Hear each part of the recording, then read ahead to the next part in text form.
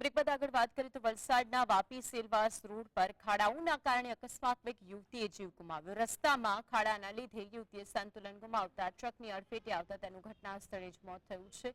Road પર ખાડાથી ત્રસ્ત સ્થાનિકોએ toll tax વસૂલતા અટકાવવાની ચીમકી આપી છે.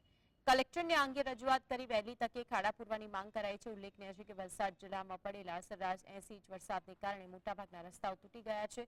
રસ્તાઓ સમયસર રિપેરિંગ નહીં થાય તો અકસ્માતની સંખ્યા પણ વધી શકે છે.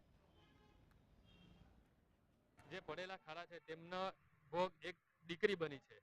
એ ખાડાને ટાળવા માટે ટ્રકના અડફેટમાં આવતા તેમનું મૃત્યુ નીપજ્યું છે.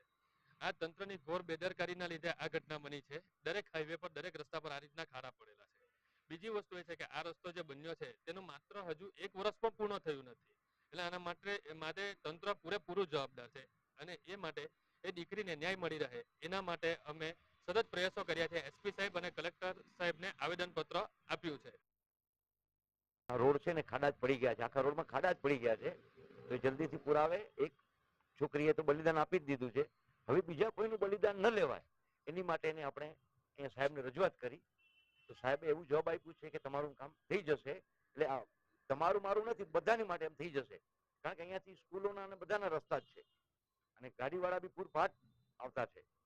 એટલે મેન તો ખાડાનું જ કારણ છે જે છે તે. એમ ખાડા પુરાવી નાખે. આમાં કોની બેદરકારી દેખાય છે? બેદરકારી તો તંત્રની જ છે. ખાડા તો એમ કોઈ પડી નથી કે કોઈ પાડ્યા નથી.